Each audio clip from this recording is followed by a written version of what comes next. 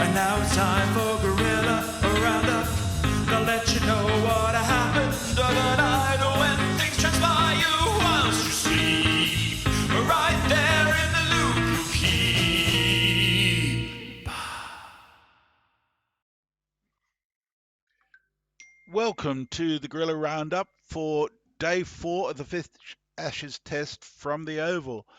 We only got half a day's play today, so you only get half as many presenters, I'm afraid, and it will be fairly brief. A summary of the day.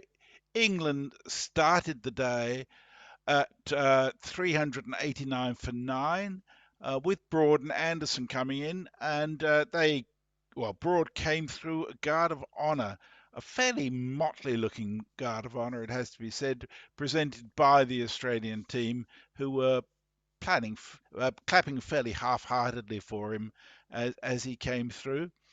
And he and Anderson proceeded to play out 11 balls. There was one scoring shot, which was appropriately enough Stuart Broad hitting a boundary. And at the end of the day, at the end of the innings, when I say hit a boundary, hit a six. England were all up for 395 with Stuart Broad on 8 not out. Jimmy was LBW to Murphy for 8 plum, and it was one that Joel Wilson got right for once. I'll come back to that a little later. So that meant that Australia needed a total of 384 to win.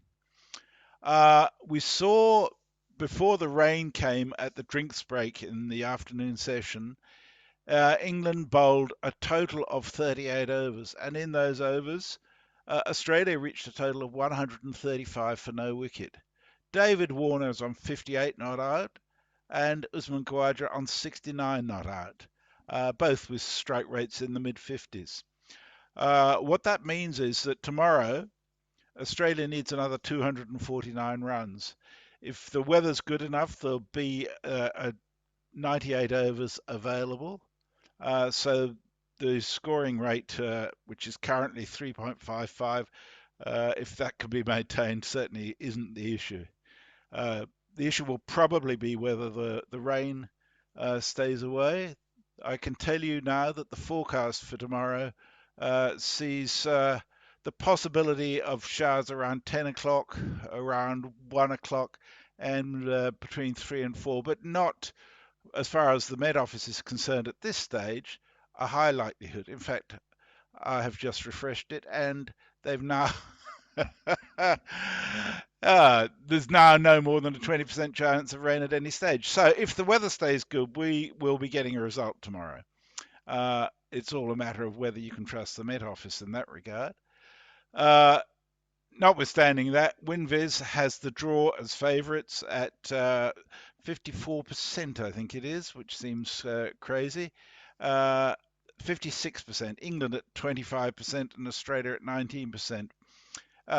Meanwhile, the bookies have Australia pretty well even money favourites, England at about 5-2, and the draw at about 7-2. So you can see that the real world of gambling and the predictive world of WinViz are at odds. I think what you can guarantee is it's going to be an enthralling day tomorrow. Today, after something of a carnival of the last couple of overs while Broad and Anderson got out, there was a sort of light-hearted mood around everything, and it was sort of an end-of-term feel almost at that stage. When England got to take the ball and bowl, there was very little sense of threat to the Australian batsmen, and I think Khawaja and Warner played sensibly and reasonably positive cricket, so they kept the runs flowing. Interestingly, Wood wasn't introduced to the attack until after, I think, 32 overs, something like that. So the speculation that he's not completely fit. Moeen Ali bowled, as did Joe Root. Joe Root probably bowled the better of the two, which is probably very little surprise to anyone. But overall, Australia were not looking particularly troubled. So let's scrub the slate clean and say that we're facing a day tomorrow when basically Australia needs 249 runs. That's a very doable chase. It's also quite possible that England will come out firing tomorrow and win it. So once again, we're at the end of a day where the match is very much in the balance. What is not in the balance is my judgment in relation to Joel Wilson. And just to give you some statistics for umpiring so far in this match. Over the course of this match, there have been 2, 4, 6, 8, 11 reviews of decisions taken by Joel Wilson. 4 of those have been successful, which is quite a high percentage. 4 of them were unsuccessful, were umpires' calls, so that they were fairly close one way or another. And 1, 2, 3 were upheld with no umpire's call. So what we have is an umpire who's, when it comes to anything close, is around 50-50 in his rate. By comparison, Damasana had 6 reviews of his decisions, 2 of which were upheld, 1 of which was umpires called, and 3 of which were knocked down. But clearly, there's very little faith in Joel Wilson as an umpire, in my judgment, from anybody I've heard on commentary, and one wonders why he's still there.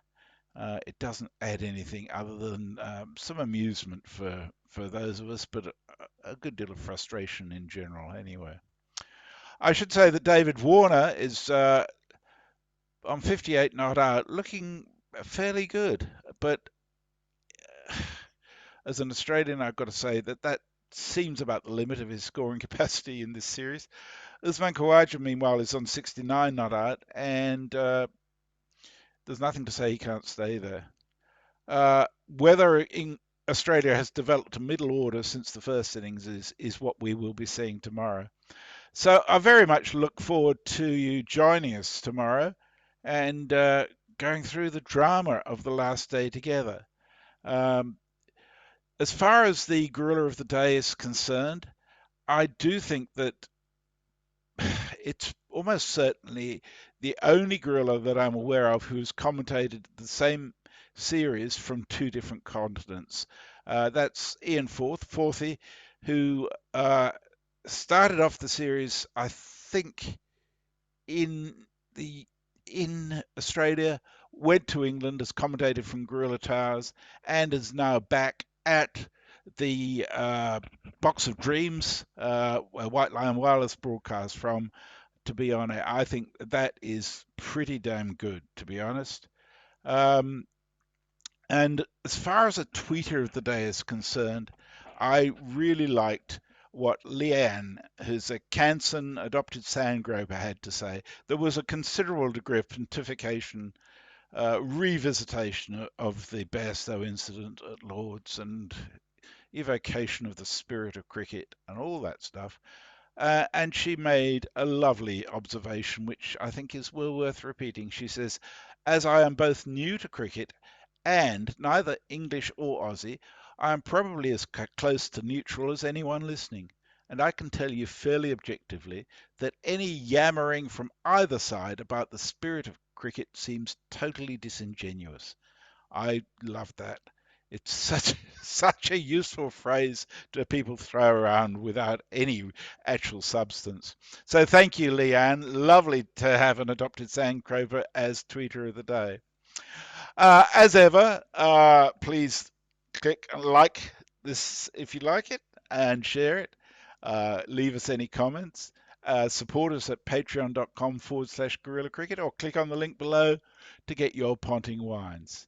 Thank you for listening. Look forward to being with you tomorrow, and hopefully tomorrow night we'll be looking at reviewing not just the day and the match, but the series as a whole. So it might be a slightly longer episode tomorrow night, and hopefully we've got an exciting day ahead of us. Thank you for being here. Good night. And now it's time for Guerilla.